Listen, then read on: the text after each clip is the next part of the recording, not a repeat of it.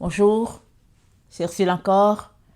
Nous sommes le 29 novembre 2022. Alors, je viens faire une annonce, amen, que j'ai reçue ce matin. Amen. Et puis, le Seigneur m'a demandé de le faire aujourd'hui. Amen. On a la journée de demain, le 30 novembre, pour digérer, toujours l'annonce. Et il m'a dit comme ça le 1er décembre, dès que le mois de décembre commence, cette vérité sera établie partout dans le monde spirituel, partout. Cette annonce doit être faite. Les cieux, la terre, les arbres, le vent, les oiseaux, les animaux, les arbres, tout le monde doit prendre connaissance de cette annonce-là. Quand l'annonce elle est faite, toutes les créatures sont au courant. Elles le reçoivent au même titre que vous et moi. Je demande à tout un chacun d'être calme. Amen. Chaque fois qu'on reçoit une annonce, c'est très important d'être calme. Amen. De prendre l'annonce, d'aller devant Dieu avec l'annonce. Amen. De prier, d'attendre devant Dieu. Amen. Parce que si vous y allez avec vos émotions, ça ne va pas vous aider. Amen. Des émotions de critique, de colère, de mépris, ça ne va pas vous aider. Notre Dieu a toujours été dans la business de nous sauver. C'est sa passion de nous sauver. Il est le salut. Il n'a pas besoin de salut, notre Dieu. Il est le salut. Tellement il nous a aimés qu'il est venu vivre la vie humaine pour nous montrer comment retourner à lui. Amen. C'est toi et moi qui avons besoin de salut. Alors, quand une information est donnée, la sagesse veut qu'on la prenne et on aille devant Dieu pour dire, Seigneur, est-ce que c'est toi? Et puis, Seigneur, qu'est-ce qu'il faut faire avec? C'est comme ça qu'un enfant de Dieu doit se comporter. De toutes les manières. Là où nous sommes complètement à la fin. Et chacun aimerait être sauvé. Il n'y a que ceux qui sont dans le leur, qui s'imaginent que rien ne va leur arriver parce que ils l'ont. Mais tout un chacun a besoin d'être sauvé parce que la Bible dit, celui qui vaincra, c'est celui-là qui aura son habit blanc. Il s'agit d'être vainqueur. Et être vainqueur, il y a la ligne d'arrivée. Amen. Il y a une ligne d'arrivée. Donc, avec une information, tu prends l'information, tu vas avec cette information devant Dieu dans une attitude de prière. C'est très important. Amen. Très, très important. Alors, voici l'annonce. Amen. J'ai fini de prier. Amen. J'ai fini de prier, excusez-moi, j'ai fini de prier ce matin. Et c'était autour de 5 heures. Quand j'ai fini, et puis je m'apprêtais à aller m'apprêter. Je pensais à m'apprêter, amen, pour ma journée. Et là, le Seigneur, l'Esprit de Dieu s'est mis à me parler. Et le Seigneur m'a dit, Marie, co-rédemptrice avec Christ. C'est ça qu'il m'a dit. Clair, net, il m'a dit, tu fais l'annonce aujourd'hui, le 29. Tu l'as fait aujourd'hui. Et il l'a répété 2 fois. Il dit, la Vierge Marie, elle est co-rédemptrice avec Christ. Et je vais donner les passages qu'il m'a donnés. Amen. Alors, on a Apocalypse 12, le verset 7 à 12. Je vais lire tous les passages qu'il me donne, ok? Apocalypse 12, le verset 7 à 12. Et il eut guerre dans le ciel. Michel et ses anges combattirent contre le dragon. Et le dragon et ses anges combattirent, mais ils ne furent pas les plus forts. Et leur place ne fut plus trouvée dans le ciel. Et il fut précipité le grand dragon, le serpent ancien, appelé le diable et Satan, celui qui séduit toute la terre. Il fut précipité sur la terre. et ses anges furent précipités avec lui. Et j'entendis dans le ciel une voix forte qui disait: Maintenant, le salut est arrivé, et la puissance et le règne de notre Dieu, et l'autorité de son Christ. Car il a été précipité l'accusateur de nos frères, celui qui les accusait devant Dieu jour et nuit. Ils l'ont vaincu à cause du sang de l'agneau, et à cause de la parole de son témoignage. Et ils n'ont pas aimé leur vie jusqu'à craindre la mort. C'est pourquoi, cieux, réjouissez-vous, et vous qui habitez dans les cieux, malheur à la terre et à la mer, car le diable est descendu vers vous, animé d'une grande colère, sachant qu'il a peu de temps. Le deuxième texte, c'est Apocalypse 17. Apocalypse 12, le verset 17. Et le dragon fut irrité contre la femme, et il s'en alla faire la guerre au reste de sa postérité, à ceux qui gardent les commandements de Dieu et qui ont le témoignage de Jésus. Amen. Le dragon, il ne fait pas la guerre à tous ceux-là qui s'appellent chrétiens. Non, il fait la guerre juste à ceux-là qui gardent le commandement de Dieu. Pourquoi? Parce qu'il veut les ramener dans son camp. Tous ceux-là qui ont été éclairés, qui disent que moi j'ai la vérité et je veux demeurer éternellement avec Dieu, tout cela, c'est après eux que le diable est. Et quand on parle de dragon, on parle, c'est dit quoi? Le verset 3 dit, d'Apocalypse 12 dit, un autre signe parut dans le ciel, c'était un grand dragon, il avait 7 têtes et 10 cornes. C'est beaucoup de personnes dans l'organisation du dragon. Amen. Alors, le dragon, il est parti faire la guerre à la postérité de la femme. Et quand il dit la postérité de la femme, c'est ceux-là qui gardent le commandement de Dieu. Ils sont appelés les enfants de la femme. Ceux qui ne gardent pas, ou bien qui gardent à moitié, ce sont eux les enfants du dragon. Amen.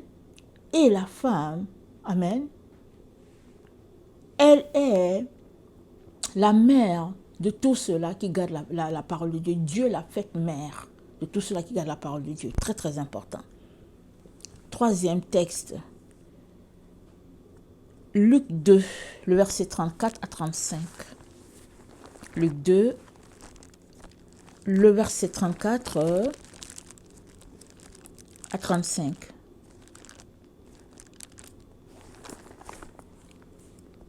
Siméon les bénit et dit à Marie, sa mère, « Voici cet enfant est destiné à amener la chute et le relèvement de plusieurs en Israël, et à devenir un signe qui provoquera la contradiction. Et à toi-même une épée te transpercera l'âme, afin que les pensées de beaucoup de cœurs soient dévoilées. » Amen. Une épée te transpercera l'âme, afin que les pensées de beaucoup de cœurs soient dévoilées. Apocalypse 1, le verset 9. À partir du verset 9, ça dit, « Moi, Jean, votre frère, qui est part avec vous à la tribulation et au royaume et à la persévérance en Jésus, j'étais dans l'île appelée Patmos à cause de la parole de Dieu et du témoignage de Jésus. Je fus ravi en esprit au jour du Seigneur. Et j'entendis derrière moi une voix forte comme le son d'une trompette, qui disait, « Ce que tu vois, écris-le dans le livre et envoie-le aux 7 églises à Éphèse, à Smyrne, à Pergame, Thyatire, Sardes, Philadelphie et à Laodicée. » Je me retournai pour connaître quelle était la voix qui me parlait. Et après m'être retourné, je vis 7 chandeliers d'or. Au milieu de 7 chandeliers, quelqu'un qui ressemblait à un fils d'homme, vêtu d'une longue robe et ayant une ceinture d'or sur la poitrine. Sa tête et ses cheveux étaient blancs comme la laine blanche, comme de la neige. Ses yeux étaient comme une flamme de feu. Ses pieds étaient semblables à de l'airain ardent, comme s'il eût été embrasé dans une fournaise. Et sa voix était comme le bruit de grandes eaux. Il avait dans sa main droite 7 étoiles. De sa bouche sortait une épée aiguë à 2 tranchants. Et son visage était comme le soleil lorsqu'il brille dans sa force. Quand je le vis, je tombai à ses pieds comme mort. Il posa sur moi sa main droite en disant, « Ne crains point, je suis le premier et le dernier. Et le vivant, j'étais mort et voici je suis vivant au siècle des siècles. Je tiens les clés de la mort et du séjour des morts. Écris donc les choses que tu as vues et celles qui sont et celles qui doivent arriver après elles. » Je répète le verset 18. J'étais mort et voici, je suis vivant. Au siècle des siècles, je tiens les clés de la mort et du séjour des morts. Prochain texte, Apocalypse 3, le verset 7. Écrit à l'ange de l'église de Philadelphie, voici ce que dit le Saint, le véritable, celui qui a la clé de David, celui qui ouvre et personne ne fermera, celui qui ferme et personne n'ouvrira. Je connais tes œuvres. Voici parce que tu as peu de puissance et que tu as gardé ma parole et que tu n'as pas renié mon nom, j'ai mis devant toi une porte ouverte que personne ne peut fermer. Voici, je te donne de ceux de la synagogue de Satan, qui se disent juifs et ne le sont pas, mais qui mentent. Voici, je les ferai venir se prosterner à tes pieds et connaître que je t'ai aimé.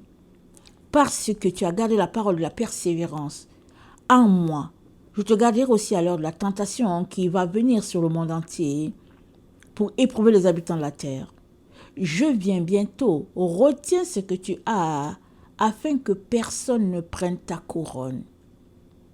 Celui qui vaincra, je ferai de lui une colonne dans le temple de mon Dieu. Il n'en sortira plus. J'écrirai son nom sur le nom de mon Dieu. J'écrirai sur lui, le nom de mon Dieu et le nom de la ville de mon Dieu, de la nouvelle Jérusalem qui descend du ciel d'auprès de mon Dieu et mon nom nouveau. Donc, je reviens au verset 7. Voici ce que dit le Saint, le véritable, celui qui a la clé de David, celui qui ouvre et personne ne fermera, celui qui ferme et personne n'ouvrira. Je connais tes œuvres. Voici parce que tu as peu de puissance et que tu as gardé ma parole et que tu n'as pas renié mon nom, j'ai mis devant toi une porte ouverte que personne ne peut fermer. Et on a lu dans Apocalypse 1, le verset 18, Jésus dit qu'il tient les clés de la mort et du séjour des morts. Et on vient de lire dans Apocalypse 3, le verset 7, que Jésus-Christ, il tient la clé de David. Il tient dans sa main la clé de David. Alors, pendant longtemps, au moins 3 ans, j'ai prié, j'ai demandé au Seigneur, mais c'est quoi la clé de David? Ou bien c'est qui la clé de David? J'ai prié, je n'ai pas eu de réponse. Mais j'avais toujours l'impression qu'il y avait un secret dans ça. Et cet été, ou bien disons l'été dernier, l'été 2022, alors un jour, j'étais dans mon temps dans sa présence et je m'apprêtais à me lever et il me dit, le Seigneur se met à me parler, il me dit, la clé de David, c'est Marie. C'est comme ça qu'il me dit, il dit, la clé de David, c'est Marie. Et j'ai tout de suite connecté à ma question, j'ai tout de suite connecté à Apocalypse 3, le verset 7. Parce que si Jésus-Christ a la clé, c'est-à-dire que c'est lui seul qui peut ouvrir et fermer comme il le dit, amen, mais il a en main la clé. Et dans Apocalypse 1, il dit, dans Apocalypse 1, le verset 18, il dit qu'il a en main les clés de la mort et du séjour des morts. Il a les clés. Donc, c'est plusieurs clés. Quand il dit les clés, ça veut dire que c'est au moins 2. Amen. C'est au moins 2. Et parmi les clés qu'il a aussi la clé de David. Amen. Et il nous dit la clé de David. Amen. Qui est là dans sa main. Amen. Cette clé-là, c'est Marie. C'est ça qu'il m'a dit. Comme ça. Et on sait que David était versé dans la Torah, était versé dans la louange. Amen. Alors, voilà ce qu'il m'a dit. Et puis, ça on continue. Donc, je viens d'en faire cette annonce. Et je la répète. La Vierge Marie, elle est co-héritière, elle est co-rédemptrice, avec Christ. Elle est co-rédemptrice avec Christ. C'est-à-dire que le Seigneur lui donne, amen, cette place-là auprès de son Fils pour que, amen, tous ceux-là qui vont vers elle puissent avoir aussi la vie. Amen. Alors, je viens donc vous encourager à pratiquer la vraie doctrine de Christ. Je viens vous encourager à lire votre Bible. Je viens vous encourager à prier et à prier et à prier sans cesse. Amen.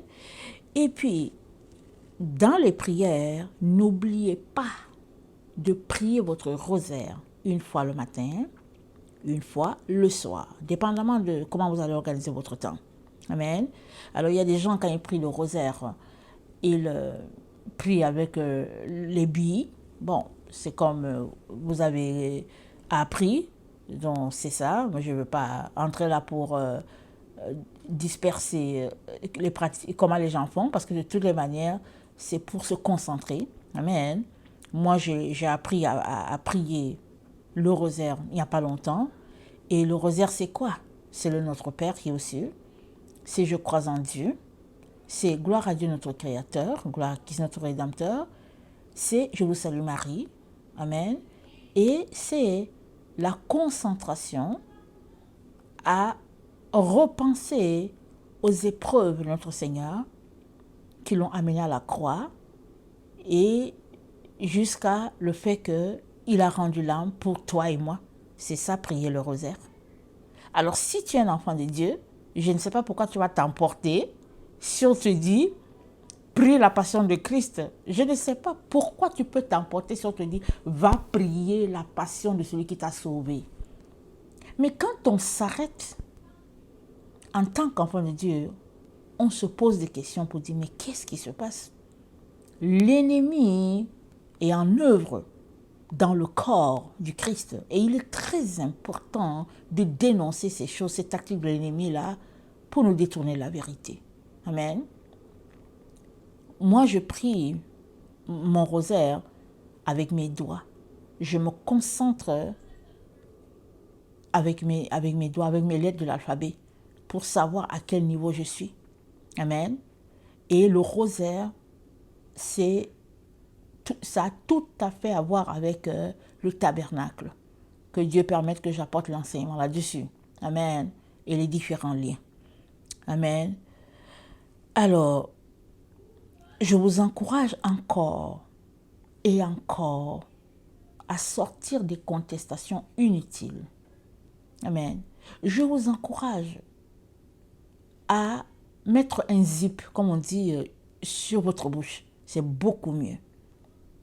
De penser et de repenser à certaines choses que vous ne comprenez pas.